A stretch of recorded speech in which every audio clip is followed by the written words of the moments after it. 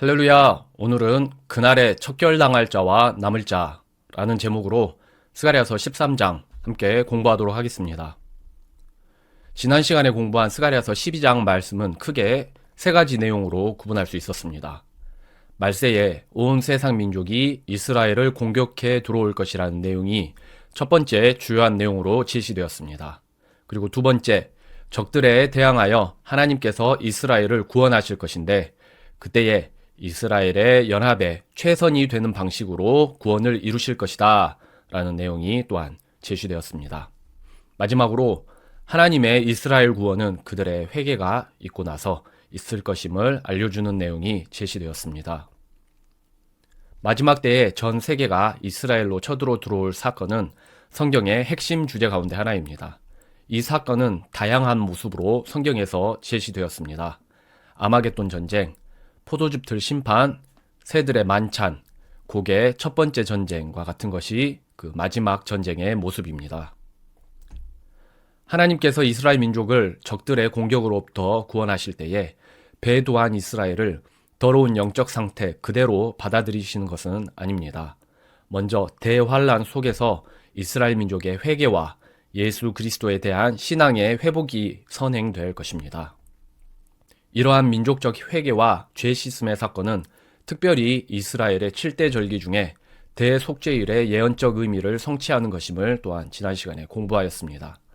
대속죄일은 이스라엘이 하루 동안 죄로 인해 혼을 괴롭게 하며 속죄를 구하고 또한 죄 씻음을 받았음을 상징하는 그런 의식들을 행하는 날이기 때문입니다. 스가랴서 12장부터 마지막 14장에 이르기까지 그날에라는 이 표현은 17차례 사용됩니다. 이는 예언의 시기가 언제인지에 대해 독자의 관심이 집중되게끔 하고 있습니다. 스가랴서의 그날은 7년 환란과 그 후에 있을 천년 왕국의 시기를 지칭하는데 그 사용 빈도만 보아도 스가랴서가 종말론적인 예언에 매우 집중하고 있는 것을 알 수 있습니다. 이러한 배경 지식을 가지고 오늘 말씀도 함께 공부하도록 하겠습니다. 정결케 하는 셈이 열리는 그날, 스가랴서 함께 봉독하겠습니다.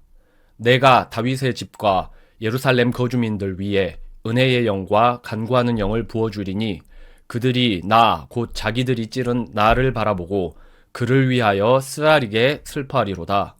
그날에 죄와 더러움을 씻기 위한 셈이 다윗의 집과 예루살렘의 거주민들을 위해 열리리라.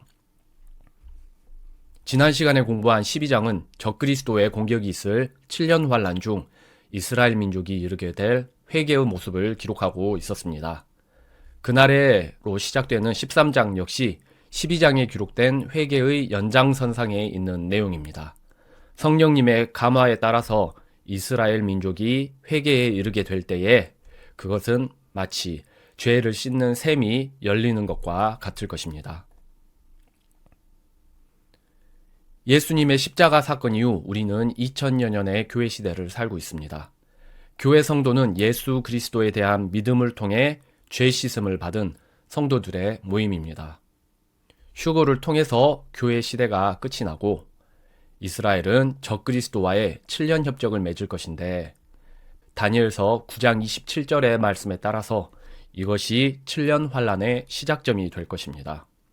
이 협정에는 제3성전 건축과 제사의 회복에 관한 내용이 포함될 것입니다. 7년 환란이 시작되면 교회에 맞추어져 있던 하나님의 역사 경영의 초점이 다시금 이스라엘 민족에게로 옮겨가게 될 것입니다. 7년의 기간이 그 끝에 이르면 교회가 예수 그리스도에 대한 믿음을 통해 죄 씻음을 받았듯이 이스라엘 민족 또한 예수 그리스도에 대한 믿음을 통해 죄 씻음을 받게 될 것입니다. 정결케 하는 셈이 열리고 부정척결이 시작된다. 스가랴서 13장 2절 합독하겠습니다. 만군의 주가 말하노라. 그날에 내가 그 우상들의 이름들을 그 땅에서 끊어 그것들이 더 이상 기억되지 못하게 하며 또 대언자들과 부정한 영을 그 땅에서 사라지게 하리라. 회개한 이스라엘의 남은 자들이 천년왕국에 들어가기까지 그들을 향한 하나님의 뜻은 그들 가운데에 남아있는 부정한 것들을 척결하는 일이 될 것입니다. 성경은 부정한 것들을 대표하는 것으로 우상숭배, 거짓 예언자, 악령을 꼽고 있습니다. 첫 번째 척결 대상 우상숭배. 예루살렘은 우상의 땅입니다. 참된 그리스도를 향한 신앙과 아무 상관없는 갖가지 성당과 무덤, 유적들이 사람들의 순례와 애착의 대상으로 자리 잡았습니다. 하나님의 영광이 떠난 옛 성전터는 달의 신을 섬기는 곳이 되었고, 토라를 경전으로 삼는 유대교 신학은 메시아를 가리우는 용도로 활용되고 있습니다. 현재의 예루살렘은 3대 거짓 종교의 성지라 불러도 무방할 정도입니다. 말세가 되어갈수록 이스라엘 땅의 우상숭배의 경향성은 더욱 극심해질 것입니다. 두 번째 척결 대상, 거짓 예언. 성경은 말세가 되어갈수록 거짓 예언자들이 극성을 부리고 믿는 자까지도 미혹하고 타락시키기 위해 활동할 것이라 말씀합니다. 신약 성경에서 성도들을 향해 가장 강력하게 경고하고 있는 것은 미혹되지 말라 하는 것입니다. 특별히 7년 환란기에는 적그리스도와 짝을 이루어 듀오로 활동할 매우 특별한 거짓 예언자가 등장할 것입니다. 그는 사람들에게 짐승의 표를 받고 적그리스도를 숭배하도록 이끌 것입니다. 그가 말세에 이스라엘 민족에게도 또한 막대한 영향력을 끼칠 것이라 예상할 수 있습니다. 유대인들을 둘러싼 거짓 예언. 기독교계의 수많은 종파가 성경책을 들고 종교생활을 합니다. 하지만 성경을 진리로 믿고 따르는 이들은 매우 소수에 불과합니다. 마찬가지로 많은 유대인들이 토라를 들고 종교생활을 하지만 토라를 진리로 믿고 따르는 이들은 더더욱 드물 것입니다. 가령 유대 종파 중 다수를 차지하는 개혁파 유대인들은 다윗 혈통의 메시아를 부정합니다. 그들에게 있어서 메시아는 인물이 아니라 새 시대를 열어갈 새로운 유대인의 세대를 뜻합니다. 인류가 협력하여 전 지구적인 평화와 번영의 시대를 열어가는 것이 토라의 뜻이라 가르칩니다. 개혁파 유대인들은 메시아는 필요 없으며 우리가 바로 메시아적인 세대가 되어야 한다고 주장합니다. 이러한 주장은 토라를 정면 부정하는 것입니다. 토라에 대한 자유주의적 해석으로 인해 개혁파 유대인의 사상은 영지주의 또는 뉴에이지와 다름없게 되었습니다. 이들의 주장은 토라보다는 유엔이 주장하는 인본주의 유토피아와 맥을 같이 합니다. 또한 왕 없는 왕국을 이 땅에 건설하자고 주장하는 하나님 나라 운동과도 사상적으로 일치합니다. 정통파 유대인이라 불리는 그룹은 개혁파 유대인과는 또 다른 메시아를 가르칩니다. 예수 그리스도께서 구약 성경의 초림에 관한 예언을 정확히 성취하셨지만 그들은 예수님이 메시아가 될 수 없도록 하는 몇 가지 기준을 세워놓고는 그들만의 그리스도를 기다립니다. 그들의 가르침에 따르면 메시아의 요건은 다음과 같습니다.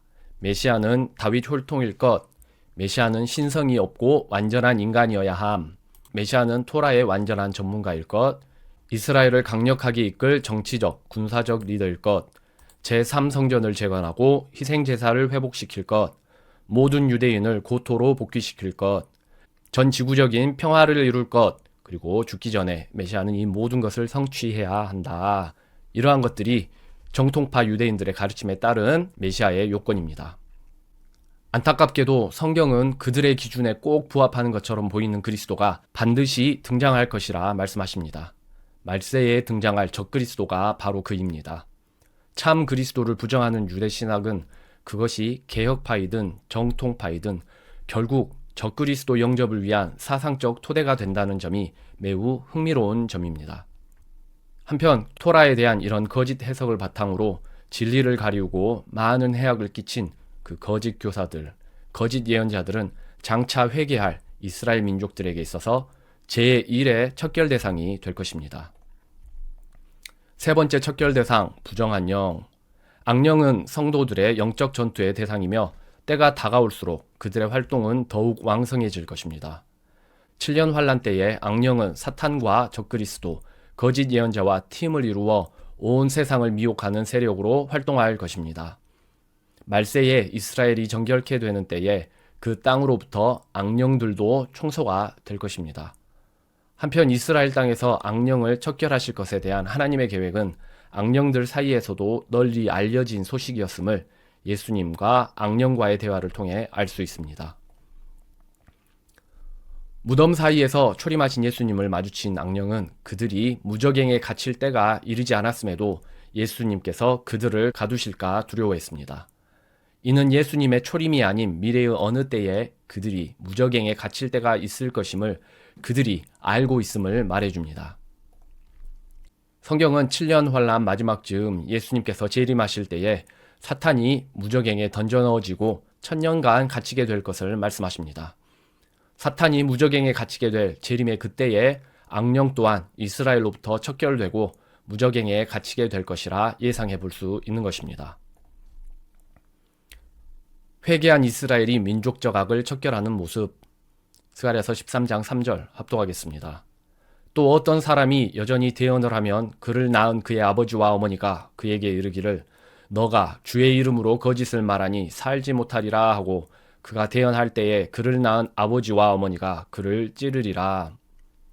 이스라엘이 회개에 이르고 하나님께서 이스라엘에서 악의 척결을 시작하시는 그날이 오면 특별히 거짓 예언을 했던 자들은 그들이 행한 악한 영향력으로 인해 보응을 받을 것입니다. 하나님께서는 신명기에서 가짜 예언자들을 그들의 가까운 가족일지라도 죽일 것을 출애굽한 백성들에게 명하십니다. 그때의 명령이 다시금 민족 내에서 상기되고 적용될 정도로 마지막 날에 가짜 예언자들의 악행은 엄청날 것이며 이는 가장 먼저 척결되어야 할 이스라엘의 문제로 다뤄질 것입니다.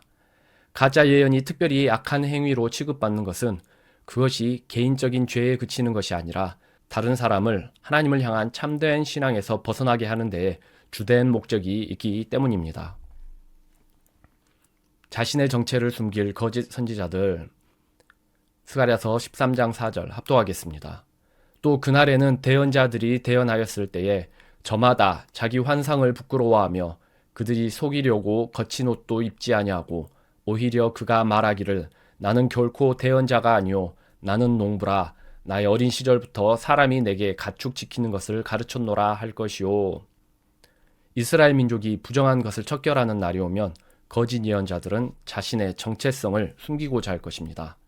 성경은 거짓 예언자들이 그들이 입던 특징적인 옷을 벗어던진 채 스스로를 농부요, 가축 치는 사람인 것처럼 가장할 것이라 말합니다. 대다수의 종교 리더들은 특징적인 옷을 입고 스스로를 구별하여 하나님의 대리인 역할을 자처하고 있습니다. 이러한 점을 스가랴서와 연결하여서 특기해 볼만합니다. 양손에 상처를 가진 참 목자. 스가랴서 13장 6절은 거짓 예언자에 대한 척결 장면으로부터 참 목자로 장면이 전환됩니다. 초림 시에 부인당하고 해를 입으신 참 목자께서 재림 시에 그 상처를 지니고 등장하는 모습이 그려집니다. 스가랴서 13장 6절 합독하겠습니다. 또 사람이 그에게 이르기를 너의 두 손에 있는 이 상처들은 무엇이냐 하면 그가 대답하기를 그것들은 내가 내 친구들의 집에서 입은 상처들이라 하리라. 이스라엘의 남은 자들은 메시아의 재림 때에 그들이 찔렀던 메시아의 두 손을 바라보고 회개의 눈물을 흘리고 그분의 양손에 있는 상처의 참 의미를 물을 것입니다. 그분의 상처는 친구를 위해 당하신 그분의 고난과 죽으심의 결과였습니다. 요한복음 15장 12절 합독하겠습니다. 내 명령은 곧 내가 너희를 사랑한 것 같이 너희도 서로 사랑하라 하는 이것이니라. 아무에게도 자기 친구들을 위해 자기 생명을 내놓는 것 이것보다 더 큰 사랑은 없나니. 메시아의 양손의 상처들은 메시아께서 그분의 친구들의 죄를 대신하여 고난을 당하시고 돌아가신 희생의 증거입니다. 친구를 위해 못 박히시고 자기 생명을 내어놓음으로 가장 큰 사랑을 증명하셨습니다. 하나님의 목자이자 동료이신 예수님, 스가랴서 13장 7절 합독하겠습니다. 만군의 주가 말하노라. 오 카라, 깨어서 내 목자 곧 내 동료인 그 남자를 치라. 목자를 치라. 그리하면 양들이 흩어지리니 내가 내 손을 돌이켜 작은 자들 위에 두리라. 7절에는 만군의 주 하나님과 그분의 목자요 동료이신 분이 등장합니다. 하나님께서 임명하신 목자요 하나님 사역의 진정한 동역자라 할 수 있는 분은 오직 성자 예수님 뿐이십니다. 요한복음 5장 17절 합독하겠습니다. 예수님께서 그들에게 응답하시되 내 아버지께서 지금까지 일하시니 나도 일한다 하시매 유대인들이 이런 이유로 더욱더 그분을 죽이려 하니라. 이는 그분께서 자기를 하나님과 동등하게 만드셨기 때문이더라. 요한복음 10장 11절 나는 선한 목자니라. 선한 목자는 양들을 위해 자기 생명을 주거니와. 베드로전서 5장 4절 그리하면 목자장께서 나타나실 때에 너희가 사라지지 아니하는 영광의 관을 받으리라. 이렇게 주 하나님과 함께 일하는 동료요 목자이신 예수 그리스도의 모습을 성경을 통해서 찾아볼 수 있습니다. 참 목자를 치는 하나님의 칼. 한편 7절에서 성자 예수님께 해를 내리실 주체를 만군의 주 하나님으로 표현합니다. 예수님께서 해를 당하신 것은 그분을 거부한 이스라엘 민족의 선택이기도 했지만 또한 하나님의 선하신 뜻이기도 했던 것입니다. 이사야서 53장 6절 합독하겠습니다. 우리는 다 양 같아서 길을 잃고 각각 자기 길로 갔거늘 주께서는 우리 모두의 불법을 그에게 담당시키셨도다. 그러나 주께서 그를 상하게 하는 것을 기뻐하사 그를 고통에 두셨은즉 주께서 그의 혼을 죄로 인한 헌물로 삼으실 때에. 누가복음 22장 42절 아버지여 만일 아버지의 뜻이거든 이 잔을 내게서 옮기시옵소서. 그러나 내 뜻이 아니옵고 오직 아버지의 뜻이 이루어지기를 원하나이다. 요한복음 3장 16절 하나님께서 세상을 이처럼 사랑하사 자신의 독생자를 주셨으니 이것은 누구든지 그를 믿는 자는 멸망하지 않고 영존하는 생명을 얻게 하려 하심이라. 예수 그리스도를 주심으로 그를 상하게 하시고 또한 고통 속에 두신 것은 더 큰 선을 위해서 희생하시는 하나님의 기뻐하시고 거룩하신 뜻이었습니다. 인간이나 영적 존재나 그 누가 되었든지 자유의지를 가진 자의 선택은 모두 자유롭게 발휘됩니다. 다만 그 자유로운 선택들은 하나님의 더 크신 뜻 안에서 궁극적으로 하나님의 영광을 위해 사용하십니다. 하나님의 뜻과 인간의 선택은 결코 상충하지 않습니다. 참 목자가 해를 당하자 흩어지는 양떼들.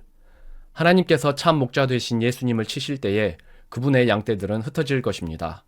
1차적으로 예수님의 제자들은 예수님이 해를 당하실 때에 예수님을 버리고 뿔뿔이 흩어졌습니다.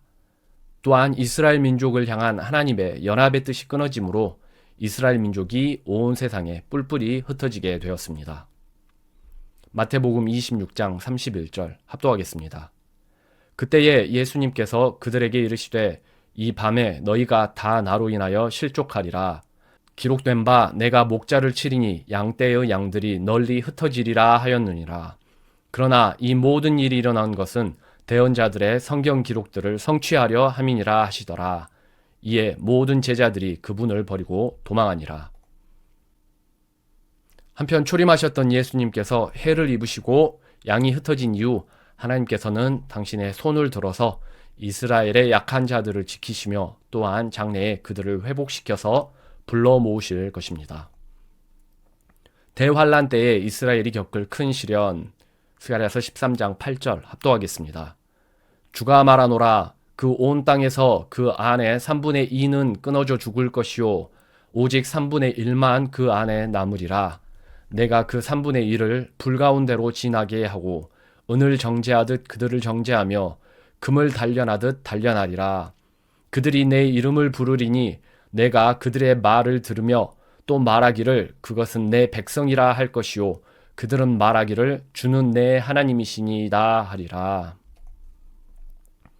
이스라엘 민족은 세상 그 어느 민족보다도 더 극심한 민족 말살의 위협 속에서 살아왔습니다. 이집트의 바로 왕에 의해 모든 남자아이가 살해당했던 것으로부터 시작해 바벨론의 느부갓네살, 페르시아의 하만, 그리스의 안티오쿠스 에피파네스, 로마의 티투스 등 이방 제국의 거듭된 공격 속에서 이스라엘은 쇠락과 흩어짐을 경험하게 됩니다. 또한 그들은 중세시대 흑사병의 원인으로 지목되어 학살되었고 십자군에 타깃이기도 했습니다. 동유럽의 포그롬과 나치의 홀로코스트까지 세상 어느 민족도 경험하지 못한 극심한 박해의 대상이었습니다. 문제는 그들의 멸족의 위협이 그것으로 끝이 아니라는 것입니다. 성경은 이스라엘 민족에게 나치의 학살보다도 더욱 극심한 환란이 이스라엘 민족에게 닥칠 것임을 경고하고 있습니다. 예레미야서 30장 7절 합독하겠습니다. 아 슬프도다. 그 날이 커서 그것과 비길 날이 없나니 그 날은 곧 야곱의 고난의 때로다. 그러나 그가 그 고난에서 구원을 받으리로다. 마태복음 24장 21절 그때에 큰 환란이 있으리니 세상이 시작된 이래로 이때까지 그런 환란이 없었고 이후에도 없으리라. 다니엘서 12장 1절 그때에 너의 백성의 자손들을 위하여 일어서는 큰 통치자 미가엘이 일어날 것이요 또 고난의 때가 있으리니 그것은 민족이 있은 이래로 그때까지 결코 없었던 고난일 것이며 그때에 너의 백성이 구출을 받되 책에서 발견된 바 기록된 모든 자가 구출을 받으리라.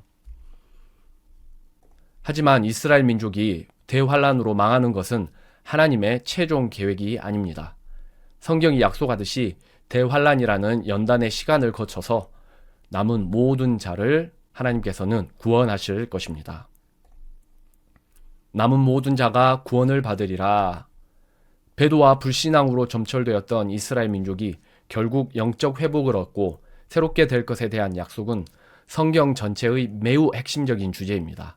반복 강조되고 있는 하나님의 확실한 약속입니다. 우리가 공부했던 스가랴서 3장에서는 더러운 의복을 벗고 예수님으로부터 새 옷을 받아 입는 대제사장 여호수아를 통해서 이스라엘 민족의 영적 회복이 있을 것임을 예언하셨습니다. 또한 12장에서는 이스라엘 민족이 그들을 찔렀던 예수님을 기억하며 회개할 것임을 예언하고 있고 13장 오늘 공부한 부분에서는 이스라엘 민족을 위해서 정결케 하는 셈이 열리게 될 것을 말씀하고 있습니다. 다니엘서와 예레미야서에서는 대환란으로부터 이스라엘을 구원하실 것을 약속하고 계시고 로마서 11장 24절에서는 올리브나무의 원가지였던 이스라엘 민족이 예수님께로 다시 접붙여질 날이 올 것을 또한 바울이 가르치고 있습니다. 계시록 12장에서는 용과 여자의 이상에서 이스라엘을 의미하는 여자가 3년 반 동안 하나님의 보호하심을 받을 것이라는 것이 약속되어 있습니다. 이 모든 약속과 비유와 예언들은 이스라엘 민족 중에 남은 모든 자가 결국 구원을 받을 것이라는 확실한 결론을 내려주고 있습니다. 스가랴서 11장부터 13장의 내용을 시간 순서에 따라 배치해 보는 것으로 오늘 공부한 내용을 정리해 보겠습니다. 먼저 초림 메시아께서는 이스라엘 백성에게 거부를 당하실 것이 예언되었습니다. 실제 이스라엘은 예수님을 거부하였고 이러한 선택은 로마에 의해 예루살렘이 파괴되는 결과를 가져왔습니다. 2000여 년이 흘러 이스라엘 민족은 고토로 돌아와 1948년 나라를 건국했습니다. 그리고 여전히 불신앙 가운데에서 그들의 그리스도가 오기를 기다리고 있습니다. 이러한 잘못된 기다림은 장차 적그리스도를 영접함으로 열매 맺게 될 것임이 예언되어 있습니다. 그리고 그 결과 야곱의 환란의 때로 불리우는 대환란을 겪게 될 것입니다. 이때에 적그리스도는 전 세계 민족들을 모아 예루살렘을 파괴하고 이스라엘 민족의 3분의 2를 끊을 것입니다. 이것이 후기 로마 제국에 의한 두 번째 파괴가 될 것입니다. 이러한 환란 속에서 이스라엘은 회개에 이르고 영적 회복을 하게 될 것입니다. 그리고 그들 안에 있는 부정한 것들을 끊어내게 될 것입니다. 이스라엘의 이러한 회개에 응답한 예수님께서는 재림하셔서 적들을 처단하심으로 환란을 끝내실 것입니다. 이스라엘을 둘러싼 이 모든 역사는 재림 예수님께서 천년 왕국을 건설하시고 이스라엘의 남은 자를 부르셔서 백성 삼으심으로 대단원의 막을 내리게 될 것입니다. 오늘 함께 공부한 것을 결론 맺도록 하겠습니다. 진리 되신 성경을 제외한 이 세상의 모든 철학사조는 적그리스도를 그 결론에 두고 있습니다. 유엔과 뉴에이지, 개혁파 유대주의와 하나님 나라 운동이 추구하는 겉모습은 모두 다르지만 공통적으로 인본주의 유토피아를 추구한다는 점에서 동일합니다. 그러하기에 적그리스도가 전 지구적인 위기의 해결자요, 인본주의 유토피아를 수립할 인물로서 등장할 때에 이러한 철학에 물든 대다수의 사람들은 그를 열렬히 지지할 것입니다. 아이러니하게도 인본주의가 아닌 신의 통치를 추구하는 이들도 결론적으로 적그리스도를 열렬히 환영할 것입니다. 정통파 유대인이나 무슬림은 그들의 메시아 조건을 만족시킬 인물의 도래를 기다리고 있습니다. 그런데 적그리스도가 그 조건들을 만족시키며 등장할 것입니다.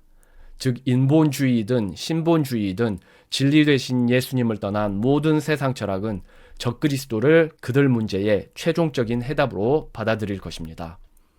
마지막 때에 진리를 부정하는 이들을 기다리고 있는 것은 적그리스도의 미혹입니다. 이 모든 거짓에 대한 유일한 해독제는 진리 되신 예수 그리스도뿐입니다. 진리를 붙드는 것은 의무이자 특권이며 촘촘한 미혹의 거미줄에서 벗어나는 유일한 길입니다. 오직 성령님께서 진리의 말씀을 깨달을 수 있도록 이끌어 주시기를 구하고 말씀을 깊이 공부하며 진리의 순종의 열매를 충만히 맺는 한 주 되시기를 기도합니다. 감사합니다.